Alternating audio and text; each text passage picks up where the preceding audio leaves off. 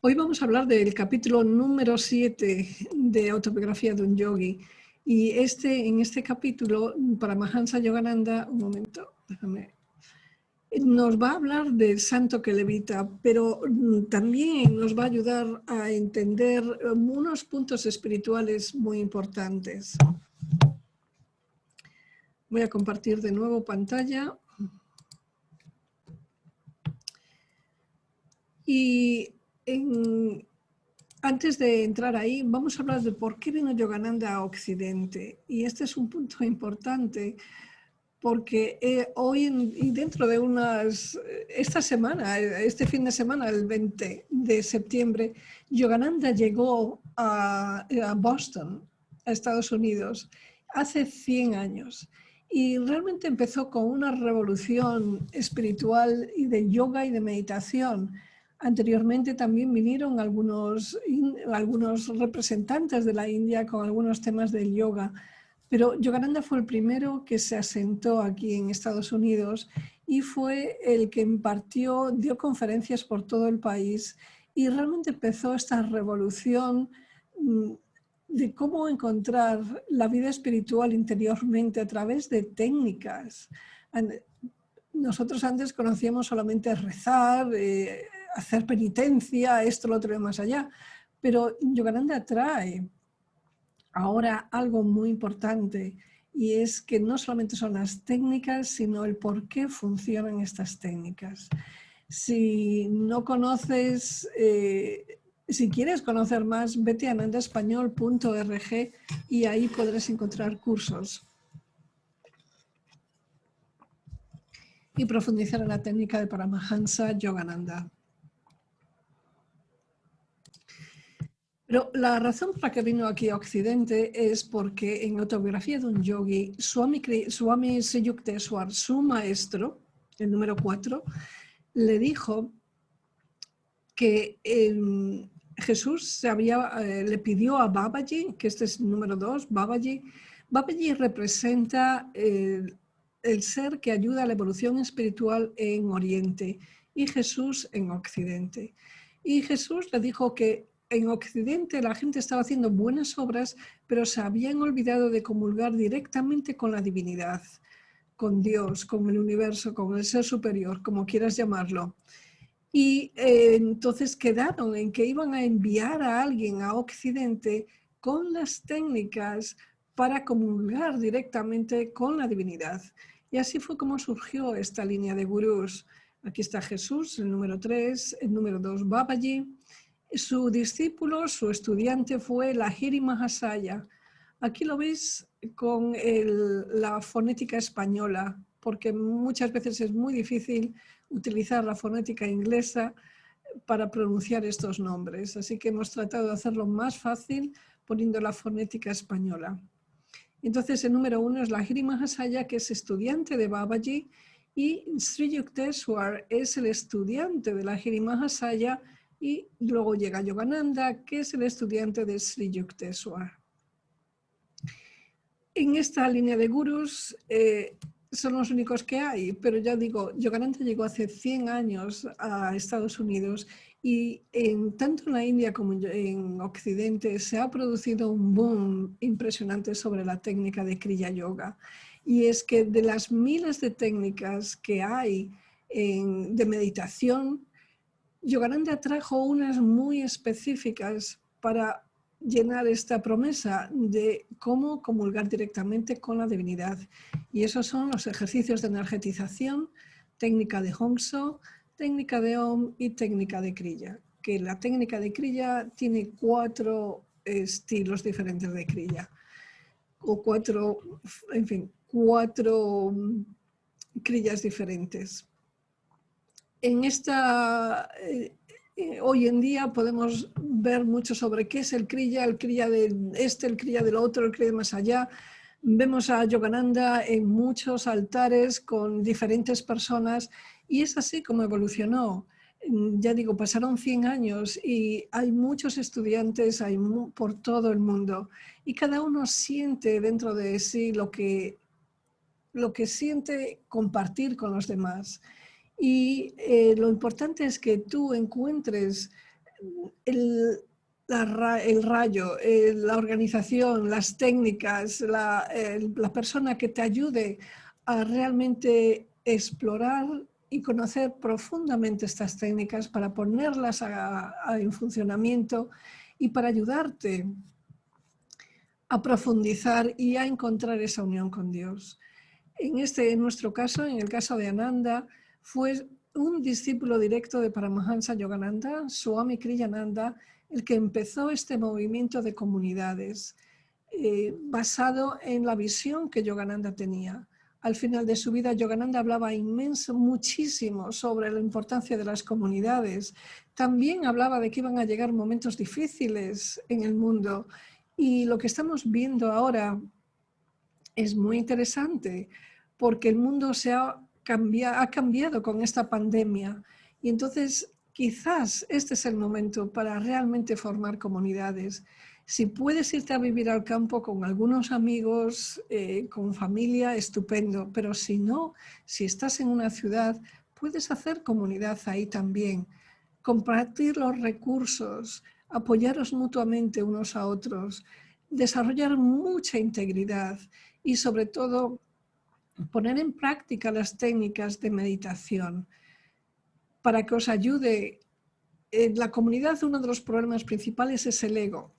Yo dije esto, yo tuve esa idea, yo quiero hacer esto, yo quiero lo otro. No, esa idea es mía. El ego es lo peor. Pero gracias a Dios, las técnicas de meditación y en especial la técnica de Kriya ayudan a pulir el ego, lo mismo que estar viviendo en comunidad.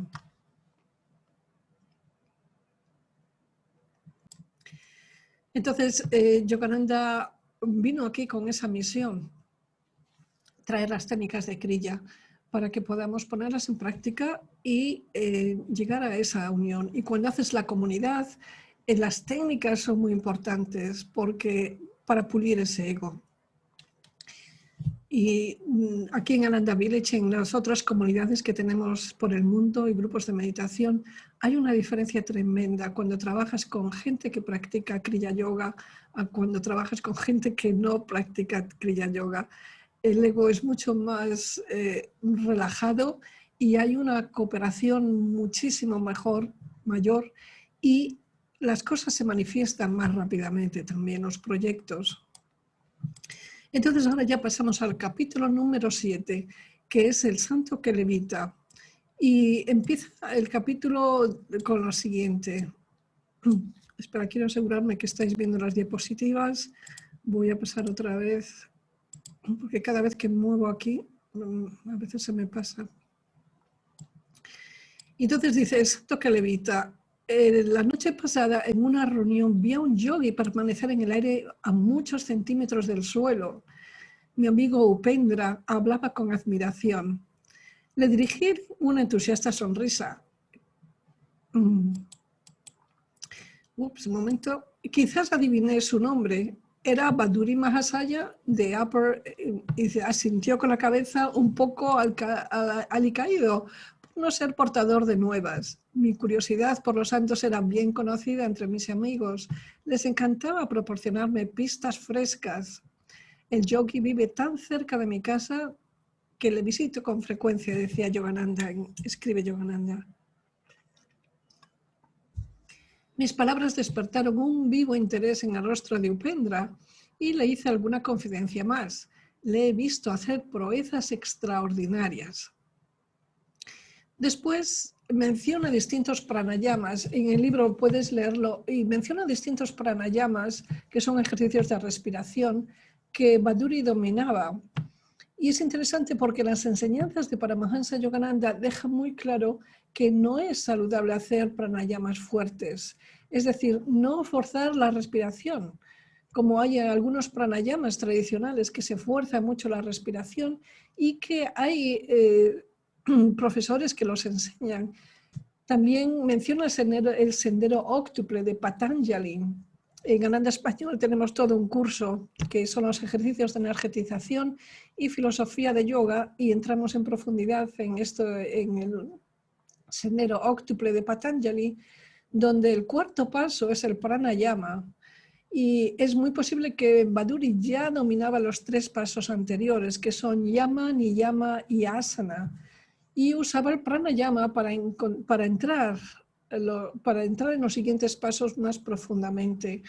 Y este sendero de óctuple de Patanjali es como el ABC del yoga. En Occidente hemos cogido las asanas, que son las posturas del yoga, el hatha yoga, y pensamos y hablamos de que eso es el yoga, pero no, eso es parte del sendero óctuple. Hay otros 7 pasos.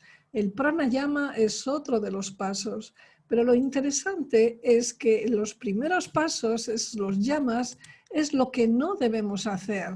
Es decir, que hay unos preceptos, no solamente a nivel físico, pero a nivel moral, en el sentido de que los yamas son lo que no debemos hacer y los niyamas es lo que sí debemos de hacer. Y de nuevo, no voy a entrar en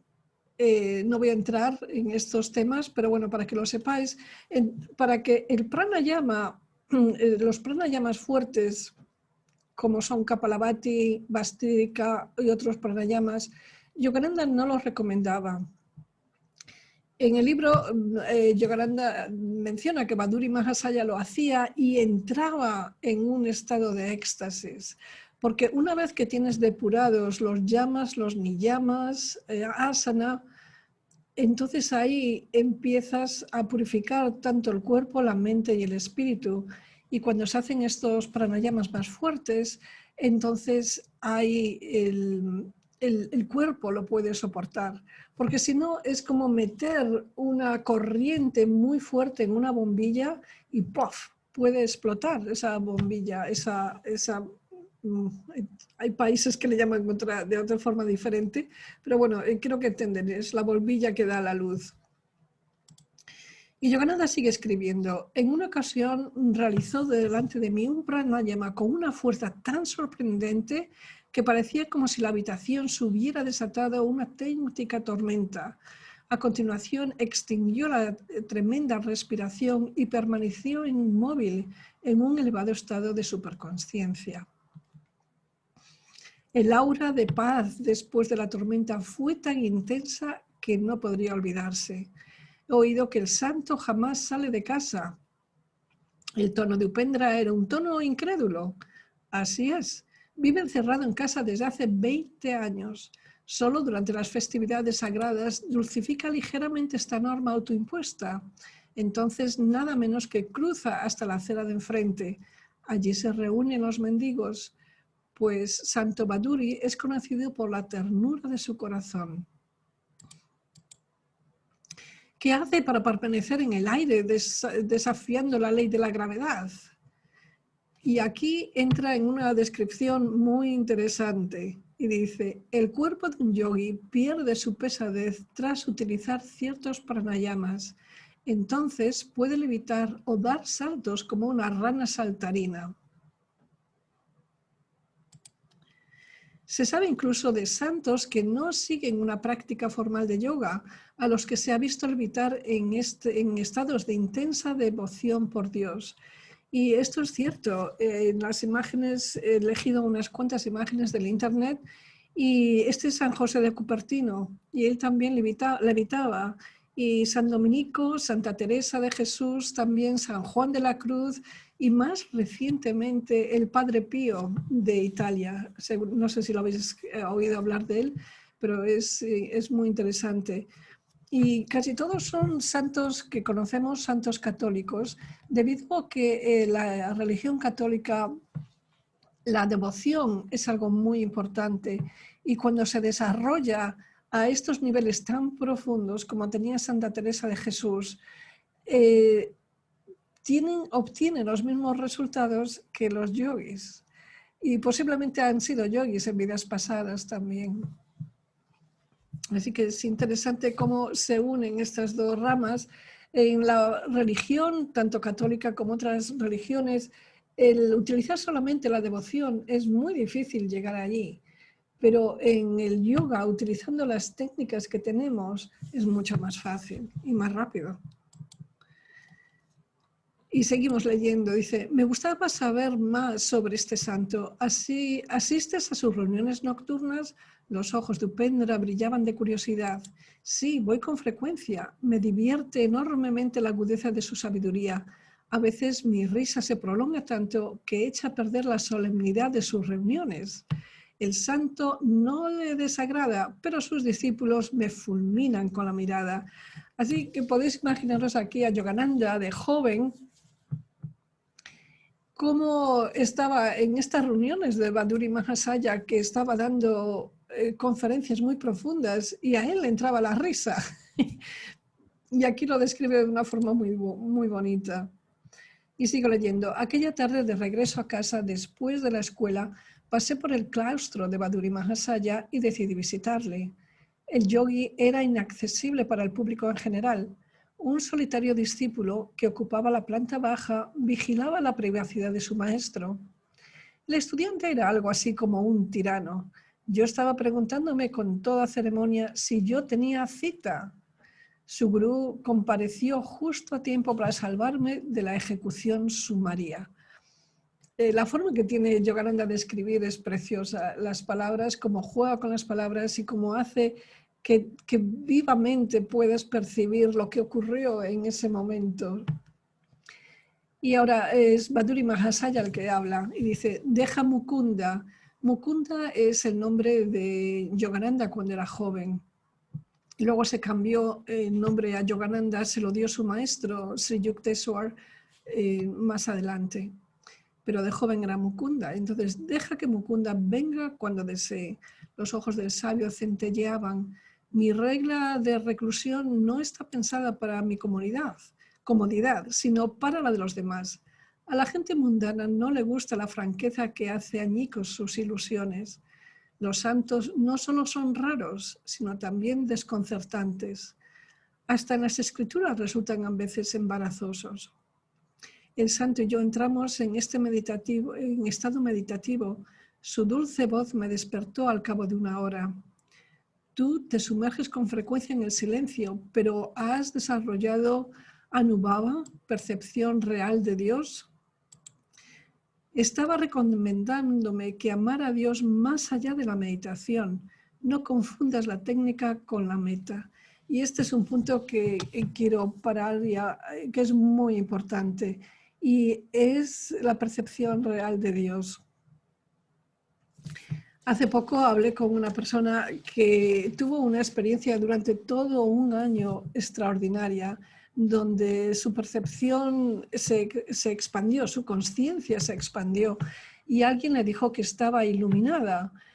Y ciertamente hay experiencias de este tipo donde se expande la conciencia y entras en otros estados que al no conocer la profundidad de estos estados, pensamos que es la iluminación, pensamos que ya hemos llegado a lo máximo, pero no es así. Cuando lees autobiografía de un yogi, en el capítulo 43, Swami Sri Yukteswar, el maestro de Yogananda, describe otros planos, describe el plano astral, describe cómo vamos evolucionando no solo en el plano físico, pero también cómo se evoluciona en el plano astral y cómo se evoluciona en el plano causal. Lo que quiero decir aquí es que si alguna vez has tenido una experiencia donde se te ha expandido la consciencia, dale la bienvenida, dale las gracias, pero no pienses que has llegado a esa unión con Dios. Hay diferentes grados y la profundidad es inmensa.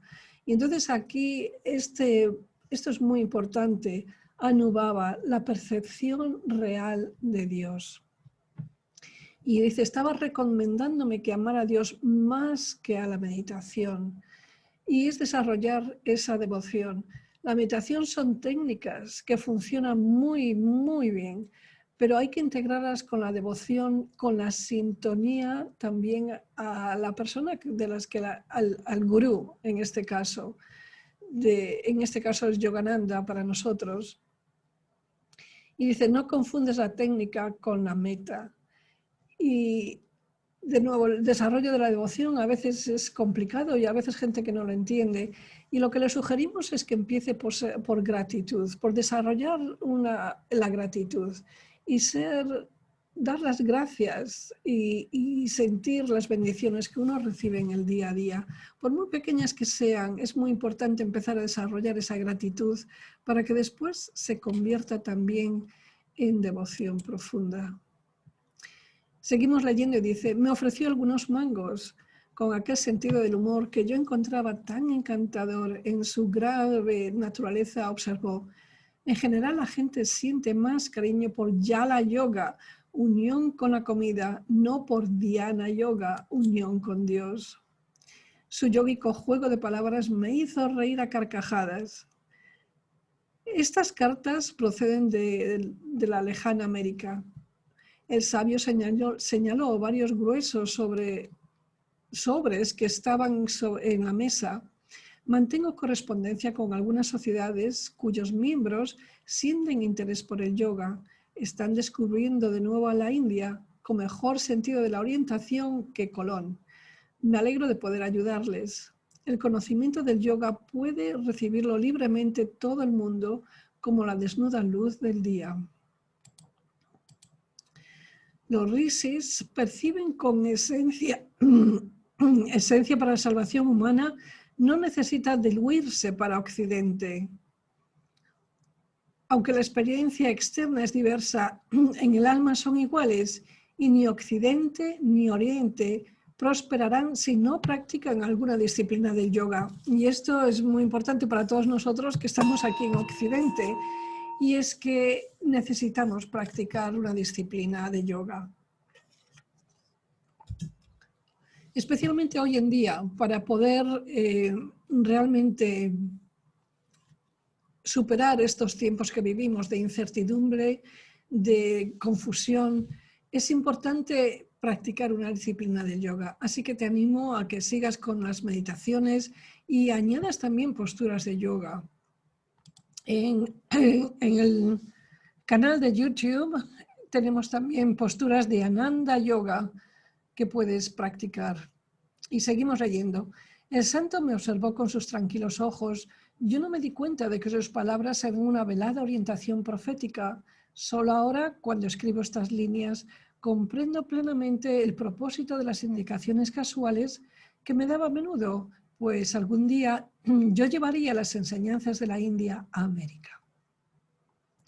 Aquí tenemos otra cita en Autobiografía de un Yogi, en donde Paramahansa Yogananda es el elegido para venir aquí a América y empezar esta revolución que, como veis, comenzó hace 100 años.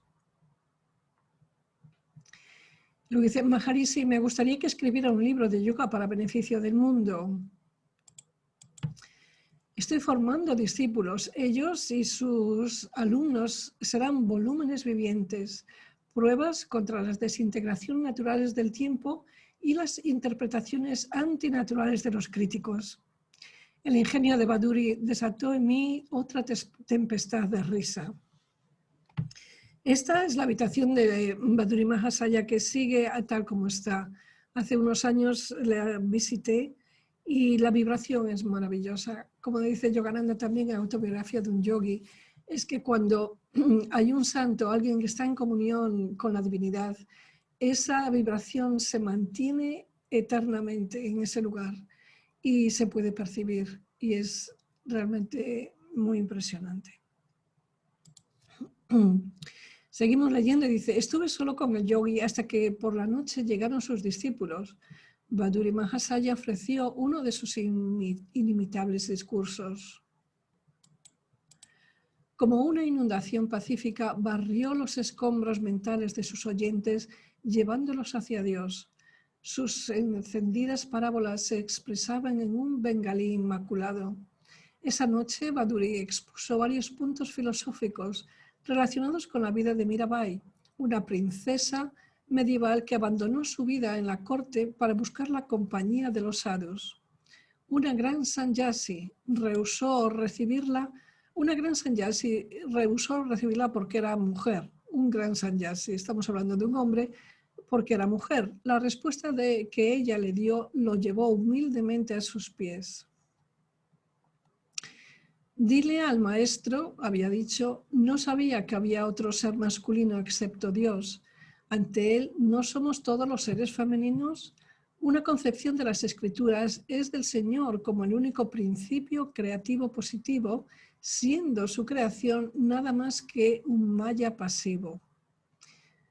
Y seguimos, iba a comentarlo, pero vamos a seguir. Varios alumnos depositaron rupias en las zapatillas de Baduri Mahasaya que dejaba a su lado cuando se sentaba en la postura de yoga. Esta respetuosa ofrenda habitual en la India indica que el discípulo pone sus bienes materiales a los pies del gurú. Los amigos agradecidos no son sino el Señor disfrazado que cuida de sí mismo. Y este es un punto que aquí en Occidente nos cuesta muchísimo entender, y hay una razón muy grande, y es que las religiones no han utilizado ese dinero correctamente, pero en India es de algo muy habitual que los estudiantes hagan una ofrenda, no solamente de dinero, pero también de comida. Le llaman prasad, y esa ofrenda es para ayudar y alimentar al profesor, al maestro, y para darle las gracias.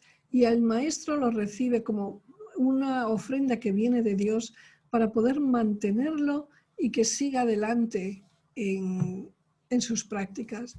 Y lo mismo ocurre en Occidente, y en este caso con Ananda Español, que también compartimos estas enseñanzas, y ahí tenemos que cobrar por algunas de las clases porque necesitamos ese dinero material para pagar las cosas materiales, los gastos materiales que tenemos de hacer toda esta producción.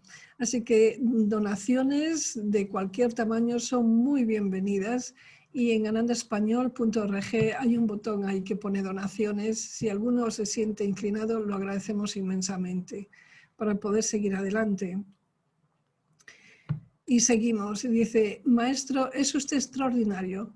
Un estudiante al marcharse miró fervientemente al patriarca sabio. ¿Ha renunciado usted a las riquezas y comodidades para buscar a Dios e inculcarnos sabiduría? Era bien conocido que Baduri Mahasaya había renunciado en su niñez a grandes riquezas familiares cuando tomó la firme resolución de entrar en el sendero del yoga. Voy a parar un momento porque me parece que lo hemos perdido. Ahí. Y dice: estás invirtiendo los términos. El rostro del santo expresaba una dulce reproche. Dejé unas miserables rupias, unos mezquinos placeres por el imperio cósmico del gozo infinito. ¿Me he negado algo? Conozco la alegría de compartir el tesoro. ¿Eso es eso un sacrificio? La miope gente mundana es en verdad la auténtica renunciante. Renuncia a una posesión divina sin igual por un puñado de juguetes terrenales. Aquí nos da una lección impresionante Baduri Mahasaya, en el sentido de que su familia tenía dinero, tenía riquezas y lo dejó. Pero ahora él tiene la riqueza del universo, esa alegría siempre nueva, la sabiduría, la paz, la tranquilidad. Y no podemos poner precio a esas cualidades y esa unión con Dios, esa auténtica unión con Dios. Entonces tenemos que evaluar en nuestra vida qué es lo que realmente ponemos precio y por qué.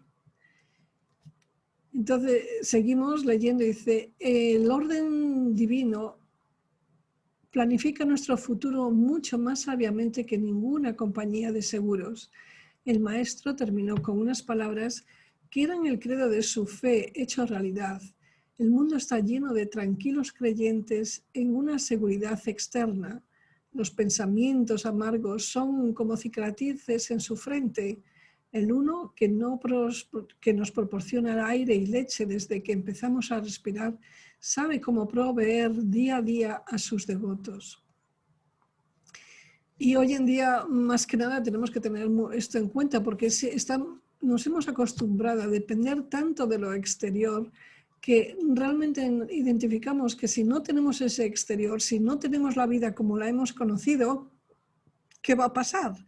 Entra el miedo, la preocupación, la angustia y no vamos a ningún lado. Entonces tenemos que empezar a creer y empezar a realmente profundizar en esta relación interna con la divinidad. Y cuanto más nos entreguemos, más la divinidad nos va a ayudar a salir de las situaciones que tenemos. Pero tu mente no puede decir, oh, no salí de esta situación, ya lo sabía, ya sabía que no iba a funcionar. Eso es como la historia de el hombre que se levantó por la mañana y leyó la Biblia y dijo que puedes manifestar la palabra puede manifestar cualquier deseo. Y el hombre dijo, deseo que la montaña que está frente de mi ventana desaparezca mañana por la mañana. A la mañana por la mañana se levanta y dice, estaba seguro que no iba a desaparecer. En esta pequeña historia nos damos cuenta que sí, queremos esto, queremos lo otro, pero ¿cómo están nuestros pensamientos internamente? ¿Realmente estamos abiertos a que Dios proporcione nuestro sustento, a que Dios nos ayude? ¿O tenemos ese miedo interior de decir, sí, pero... y entonces no sucede nada? Lo que quiero deciros es que es un proceso y tomarlo paso a paso, empezar poco a poco a desarrollar una relación con la divinidad, una relación de amistad profunda, donde tú puedas confiar en la divinidad al 100% y la divinidad puede confiar en ti, en todos esos pensamientos que tenemos en el subconsciente. Púlelos, utiliza afirmaciones, utiliza meditación, posturas de yoga, púlelos para seguir adelante. Y a medida que vas puliendo y que vas diciendo siempre la verdad, nada de esas pequeñas mentiras, nada de eso, no, decir la verdad, pero sin ofender a la gente. Cuanto más consigas hacerlo, más poder va a tener tus palabras, porque las palabras son energía que manifiestan. Los pensamientos son energía que manifiestan. Así que observa esos pensamientos que tienes. Y continuamos leyendo y dice, continué, ya estamos terminando. Continué mis peregrinaciones desde el colegio a la Puerta del Santo. Esto es Yogananda escribiendo. Con silencioso celo me ayudó a alcanzar Anubhava, la percepción real de Dios. Un día se trasladó a otro lugar, lejos de mi casa. Sus cariñosos discípulos la habían construido una nueva ermita conocida como Negandra Math. Aunque me remonté varios años en mi historia, recoge aquí las últimas palabras que me dijo Bhaduri Mahasaya poco antes de embarcarme para Occidente. Le vi en la calle y me arrodillé humildemente para recibir su bendición de despedida. Hijo, vete a América, lleva la dignidad de la vieja India por escudo. En tu frente está escrita la victoria y el lejano y noble pueblo te recibirá bien. Y aquí es una foto de Yogananda, del pasaporte de Yogananda, pero es una de sus conferencias que dio en Estados Unidos. Llenaba los auditorios, los llenaba completamente. Y es que la divinidad estaba detrás de él para que tuviera éxito en su misión. Y el éxito no significa que no tuviera obstáculos. Tuvo muchos obstáculos que tuvo que superar a muchísimos niveles. Y quiero leer un pie de nota, el número 3, que dice, en Occidente los profesores franceses fueron los primeros en prestarse a investigar científicamente las posibilidades de la mente superconsciente. Y este párrafo se relaciona con el consciente y el subconsciente y el superconsciente.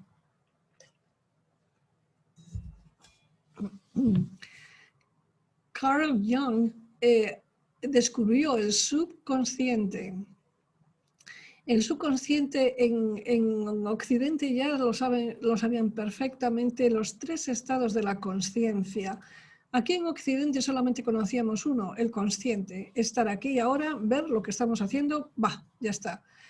Después Jung descubrió, o Jung en español, Jung, descubrió el subconsciente, pero en Oriente ya sabían que el subconsciente era el lugar donde se recogía todas las experiencias de todas las vidas, era como un almacén, bueno, malo y regular, todo está ahí metido, todos los pensamientos, deseos, acciones, los hábitos, todo está ahí metido.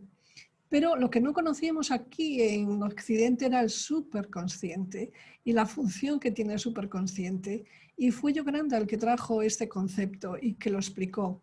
En las clases que damos en Ananda Español hablamos detenidamente también sobre este tema, especialmente en el que es filosofía de yoga. Bueno, seguimos, decir, el profesor Jules Boyce, miembro de la Escuela de Psicología de la Sorbona, dio conferencias en América en 1928. Dijo en público que los científicos franceses estaban de acuerdo en reconocer la existencia del superconsciente, que es exactamente lo opuesto de la mente subconsciente de Freud. Perdón, era Freud y Jung es su estudiante. Y dice, Jules Boyce explicó que el despertar del consciente más elevado no debe ser confundido con el cohemnismo o el hipnotismo. La existencia de una mente superconsciente ha sido ampliamente reconocida filosóficamente, siendo en realidad el superalma, de la que hablaba Emerson, pero solo recientemente se ha reconocido científicamente. Y se cierra la cita. El científico francés señaló que del superconsciente procede la inspiración, el ingenio y los valores morales.